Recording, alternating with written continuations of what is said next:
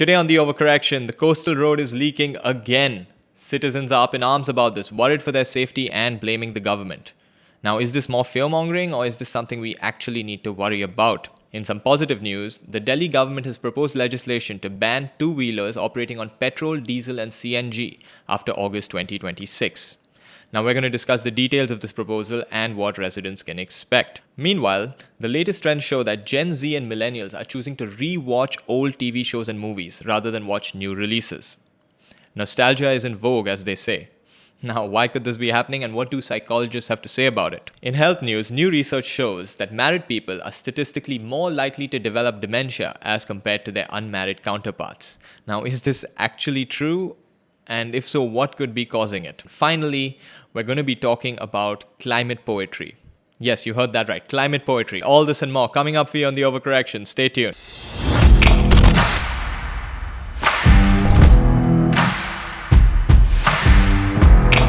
Our top story for the evening is about the Mumbai Coastal Road, the pride and joy of South Mumbai's transport infrastructure. People absolutely love the coastal road. I've even heard people driving on it saying, I feel like I'm in a first world country. It feels like I'm in one of those cities in the United States, in California. I feel like I'm somewhere in Europe when I go on these big highways and just taking me over the ocean. And that's all well and good. In the last few days, the coastal road has come under fire because of leakages that have been pointed out that are happening already. It has been less than 2 years since the coastal road is up and running. It is not even the monsoon period right now. And we can see this post that has gone viral on Reddit and then on Twitter. As reported by the Free Press Journal, a Mumbai commuter has raised concerns about water leakage from the newly constructed coastal road, raising questions about the quality and sustainability of the ambitious infrastructure project. The Reddit post described persistent leakage from the coastal road infrastructure, which has allegedly been seeping water onto vehicles. The Mumbai Coastal Road is a big project meant to reduce traffic and provide a smooth drive along the sea, and under the sea in some parts. It is also India's first undersea tunnel for cars. But now people are worried that it may not have been built properly. Many fear that if there are leaks now, things could get worse during the monsoon season. Okay, now look, it is not for me, who is not a civil engineer, or for you, who is probably not a civil engineer, to comment on whether this amount of leakage is okay or not. But what I will say is this. People have pointed out that, it's impossible to completely leak-proof any tunnel. People have said that this is, say, normal. Some people have said that it is normal, but this close to seawater, it is a bigger issue. Like I said, I cannot comment on this. What I can say is that even if every official rule that was supposed to be followed was put in place, we have seen that India does not have the best reputation when it comes to infrastructure. And this is not just with small projects. We saw last year that T1 airport in Delhi collapsed. If you think that was not a project that had the best engineering minds and best contractors servicing it, well, then you're wrong. And you have to just accept the possibility that, hey, if there was a mistake there, perhaps there could be mistakes being made here. So yes, while a certain amount of leakage may be normal and maybe they will come out and give that as a fact, a certain level of being extra vigilant in India may be a good thing. Because right now, while it's a problem you can ignore, one day it will be a problem you cannot ignore. And we should probably try to address it before then. In some good news for the environment, we have a report from the Tatva that states, to boost cleaner air and green mobility, the Delhi government has tabled a total ban on two-wheelers running on petrol, diesel and CNG in the national capital from August 15, 2026. The proposal is part of the Draft Electric Vehicle Policy 2.0, under which 95% of all new vehicle registrations would be electric by 2027. Now, this is really good news, It is an aggressive approach to an important issue. Delhi right now is world famous for its bad pollution. Mumbai closely catching up. We'll get you there soon. And I'm hoping that if policies like this are taking place in Delhi, we can have some type of discussion for that to happen in Mumbai. Right now, there's a huge EV surge in India. There's a big market for it. Tesla's entering the marketplace. And even without them, there are enough competitors right now at good prices giving amazing products. In fact, electronic scooters, you can literally charge them where you charge your phone. They don't need all the fancy charging stations of cars. The policy also suggests phasing out garbage trucks running on fossil fuels, which are heavily used by civic authorities for the collection of solid waste. An official statement from the Delhi Transport Ministry noted that the draft policy aims to reinforce Delhi's position as a leader in the EV adoption across India. Even though private vehicles have not been included in the present draft, the thrust for electric mobility implies that more regulations in the near term may be put in place. Car owners, particularly those in transport and delivery industries, are encouraged to start preparing for the shift. The ultimate policy is likely to provide information on subsidies, scrapping incentives, and financial schemes for the adoption of electric vehicles. So there we go. It is not just putting on rules. They are also going to look at helping people make the transition, and that is what you should want from a good government. Put in rules to make it better, make it easier for you to adopt them. So I admit this is all in a proposal stage right now, but it does make me optimistic to see some good, important legislation being pushed forth in Delhi and hopefully in Mumbai as well, and all over this country. Have you ever found yourself looking for a new movie to watch or a new show to binge? Find yourself scrolling for about half an hour, 45 minutes, maybe even an hour, only to go back and rewatch Friends or Modern Family or whatever your thing is? Well, maybe there's a reason for that. Now, a lot of people are blaming the terrible storylines in today's films. They're blaming a lack of depth in the characters, too much focus on, say, the glitz and glam of attractive people on screen, rather than developing intricate nuances into the human experience told through film. But I think there's something more at play. We've seen Netflix recently get the rights to all of the WWE episodes that have ever been played. Now, new young kids are not watching WWE. This is all for people from my generation, 90s kids, 80s kids, who grew up watching WWE and now take some relish in sitting back and playing those old days. It's about the joy that nostalgia can bring. And it has to do with the fact that today our lives are inundated with so much crap. Self-inflicted, I admit. Nonetheless, inundated with so much crap and so much constant stimulation and so much apparent pressure that watching these shows takes you back to a time when you didn't have that.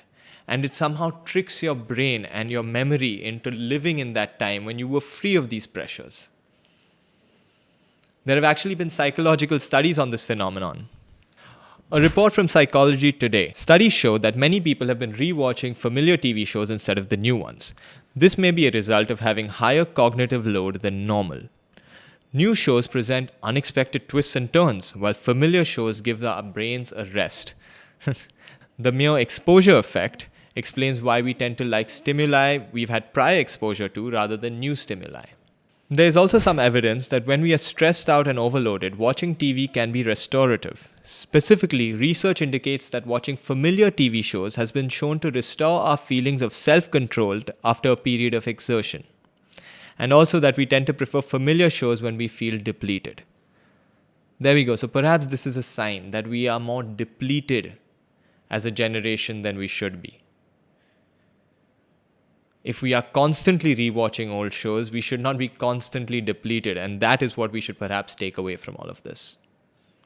For years, we've heard about studies talking about how marriage is exceptionally good for your health, right? Studies have showed that married people tend to live longer, have lower chances of depression, heart attacks, better chance of beating cancer. But now studies are showing that this may not be true when it comes to preventing dementia. A new study published in the Journal for Alzheimer's and Dementia has found something surprising. The research shows that people who are widowed, divorced, or have never been married have about a 50% less risk of getting dementia compared to those who are married. Now, experts have pointed out, rightfully so, that married people tend to see doctors more often because a spouse might notice things like memory loss or confusion first. Single, divorced, or widowed people may be in the early stages of dementia but not realize it, and so their diagnosis can come much later, if at all. Since dementia symptoms often show up to loved ones before the person experiences them themselves, married folks simply get diagnosed sooner. That means the lower dementia rates seen in unmarried groups might partly be because they are not being identified, not because they are safer. So, yes, these caveats are the most charitable reading for us married folk. But there have been some other parts to this study that have shown some other things about married people that could relate to their cognitive health long term. Previous studies have shown that people who have never married are more likely to socialize with friends and neighbors and engage in healthier behaviors compared to those who are married. On the other hand, married individuals tend to have less social interaction and lower quality relationships within their social networks. Yes, I mean, married people tend to have each other and a family to socialize with. Well, I guess if the studies show this, it does make sense that people who are married and have to spend more time with their spouse and their children at home would have less interaction with their extended social network. I do also think it flips the other way. I know plenty of, say, introverts who've gotten married to someone who's not as introverted, and because of that, their social interaction has greatly increased. I know for a fact that other than your social interaction outside, you have deep, meaningful connections at home, which I'm sure also have severe positive health benefits on you and your mind.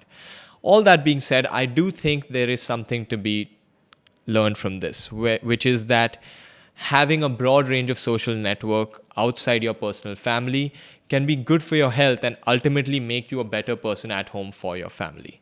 So, while I don't think married people have to be so worried about developing dementia and the marriage being the cause for it, I do think if you feel that you are not getting as much social interaction because of your marriage, do something to change that.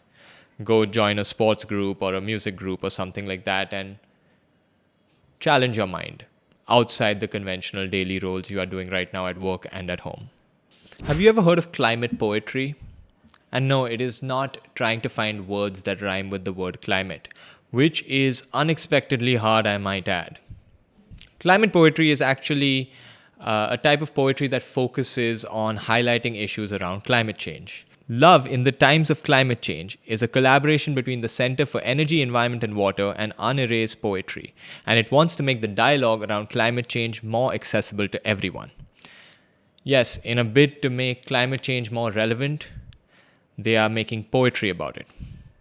I've heard the minds behind this are also thinking of starting a MySpace page, and to stay at the peak of relevance, marketing this through BlackBerry Messenger. If you want to make something relevant today, you don't do it through poetry. I'm sorry. As someone who enjoys poetry casually here and there, it may be one of the least relevant things today in the world today. And which is sort of my bigger issue with this whole thing. Sometimes around this whole climate change narrative, I feel that art, while it is supposed to have social change and make social impact, this is using a social issue to get attention towards art rather than trying to use art to get attention to a social issue. Because these poems are being marketed as related to climate change. So like you're using climate change's brand value to market art. Reading from an article from The Print, climate change and poetry may appear to be an odd couple at first, but an online project by a Delhi-based think tank helped bring the two together this week in a bid to make it more intimate and urgent for people. Climate catastrophe, after all, wouldn't just destroy the forests, cities, and seas. It will destroy romance too. People do not care about things they do not understand, until and unless it is explained in terms of how it impacts you on an intimate level. No pun intended, I'm sure. And just like that, Love in the Times of Climate Change was born. Now, I listened to some of these poems, and they are written by very talented poets. But as this article and the poets admit, they are not people who actually cared about climate change. Additionally, stories about people trying to date and finding their love spot being taken over by water is not really pulling at the heartstrings when you think about the number of poor people who are dying in floods. Not. So while I'm a big believer that art should have social change and affect the culture and that it is one of the best things that can change the culture, there is a top-down approach to it rather than a bottom-up approach. There is an approach to it that puts the art first and lets the message seep through. And then there's the branded approach, which starts with the message and says, figure your art around that. And in effect, it doesn't do its job.